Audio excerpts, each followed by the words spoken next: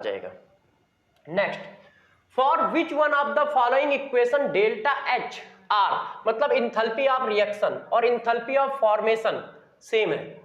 वो कह रहा है इनमें से कौन सी रिएक्शन में इंथैल्पी ऑफ रिएक्शन और इंथैल्पी ऑफ फॉर्मेशन सेम है, इक्वल है। सेम होने का मतलब इक्वल है, मतलब उसका पूछने का मतलब है कि इंथैल्पी ऑफ रिएक्शन और इंथैल्पी ऑफ फॉर्मेशन की वैल्यू किसमें सेम है। तो देख लेते हैं।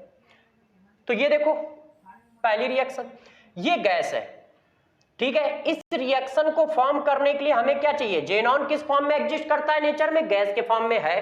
फ्लोरीन किस फॉर्म में नेचर में एग्जिस्ट करता है, गैस के फॉर्म में है।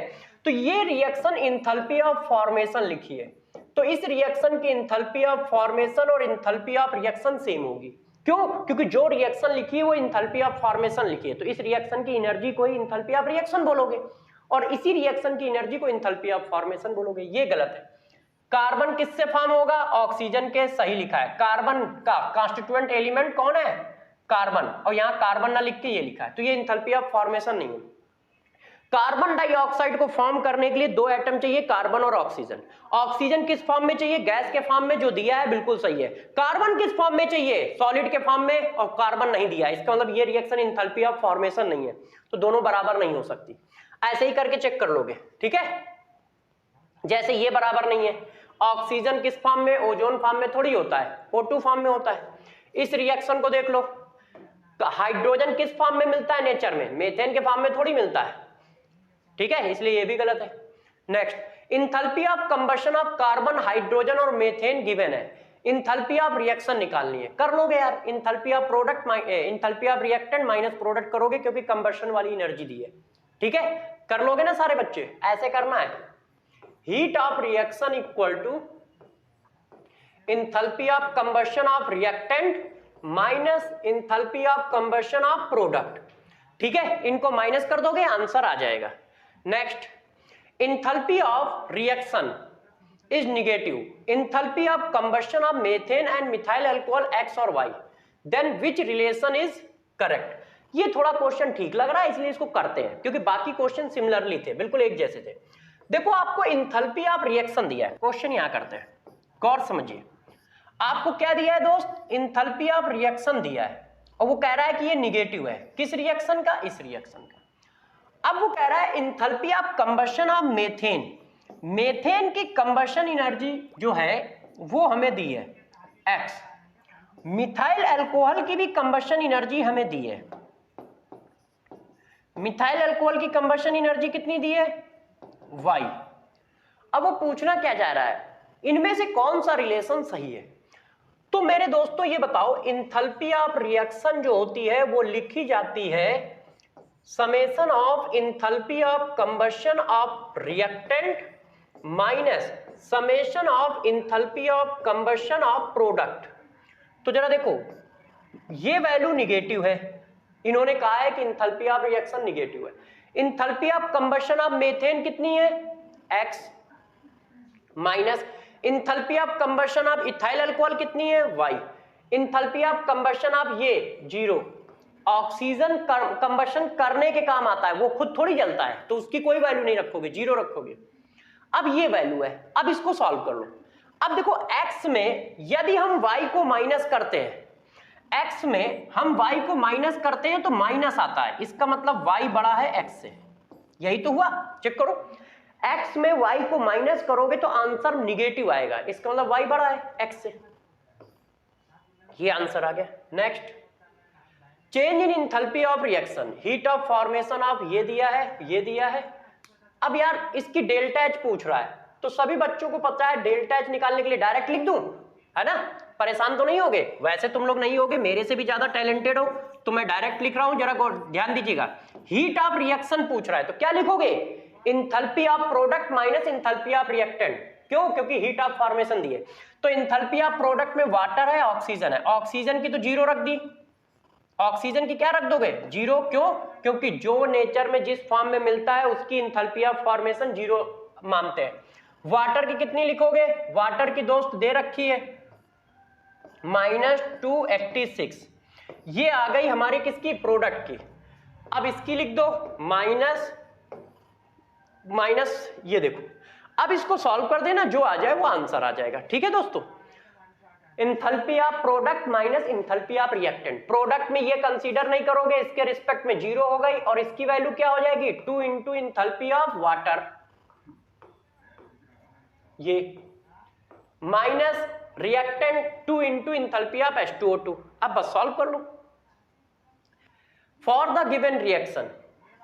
ठीक है, enthalpy of formation of SO2। अब देखो दोस्त यार, enthalpy of formation of SO2 पूछ रहा है, मतलब कौन सी रिएक्शन की एनर्जी पूछ रहा है। SO2 का फॉर्मेशन किससे करोगे, S solid oxygen gas gives SO2 gas, ऐसा ही तो करोगे। अब इस रिएक्शन की एनर्जी पूछ रहा है, तो अब इन दोनों रिएक्शन को कैसे हिलाया डुलाया जाए कि ये आंसर आ जाए। हमें क्या चाहिए लेफ्ट में, सल्फर, तो ये रिएक्शन तो चाहिए।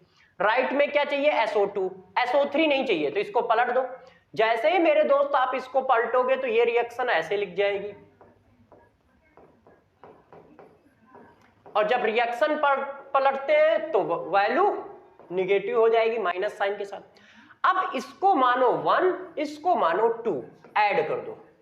तो जब 1 प्लस 2 करोगे तो जरा देखो क्या आएगा, गौर से देखिए, SO3 कैंसिल हो गया, सल्फर ये आ गया, ऑक्सीजन 3/2 है, और इधर ऑक्सीजन 1/2 है। जब उधर जाएगा तो फिर 1 बचेगा, 3/2 का मतलब 1.5 और हाफ का मतलब 0.5, तो 0.5 जब उधर गया तो 1 हो गया।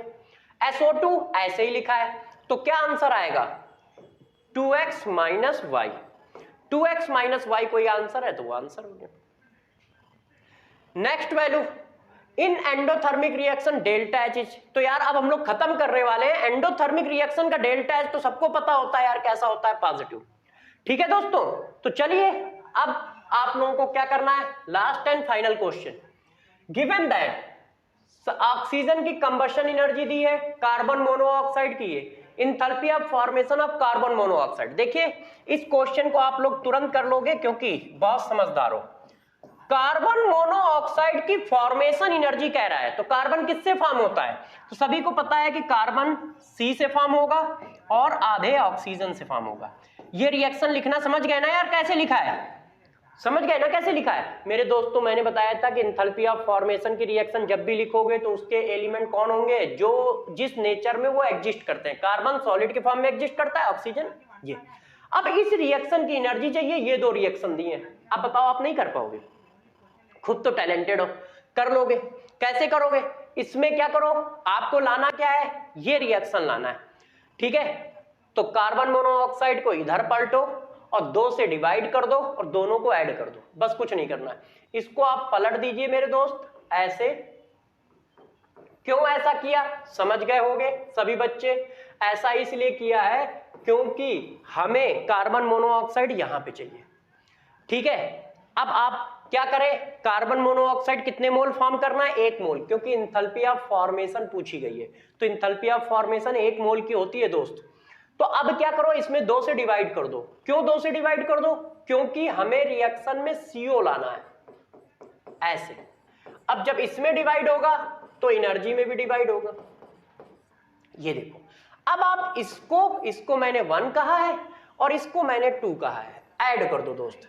जब इसको ऐड करोगे तो ये कैंसिल हो गए। ठीक है, और लेफ्ट वाले में क्या बचा, ऑक्सीजन कार्बन, लेफ्ट वाले में क्या बचा, 1 मोल कार्बन, और यहां क्या लिखा है, हाफ मोल कार्बन। उधर जाएगा तो हाफ मोल कार्बन बचे, हाफ मोल ऑक्सीजन बचेगा। 1 मोल ऑक्सीजन लिखा है, हाफ मोल ऑक्सीजन लिखा है, जब उधर जाएगा तो हाफ मोल बचेगा, और इधर क्या बचा, CO।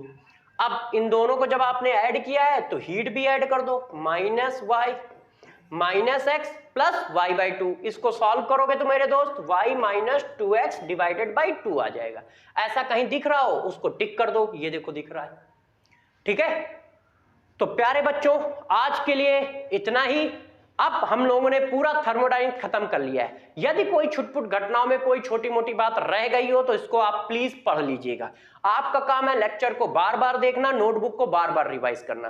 थर्मोडायनेमिक्स की नोटबुक को ज्यादा रिवीजन करो क्योंकि इसमें बहुत सारे फार्मूले, बहुत सारे थ्योरी है और बहुत सारे आपके पास पॉइंट है, छोटे छोटे बहुत सारे कॉन्सेप्ट हैं। तो इसको ज्यादा रिवाइज करिए। मेरी रिक्वेस्ट है आपसे कि दिन में कम से कम 2 बार रिवीजन करें और इन्हीं क्वेश्चनों को बार बार करिए और अपनी प्रैक्टिस को आगे बढ़ाइए। हम लोग फिर मिलेंगे नेक्स्ट क्लास में, तब तक के लिए ऑल द बेस्ट।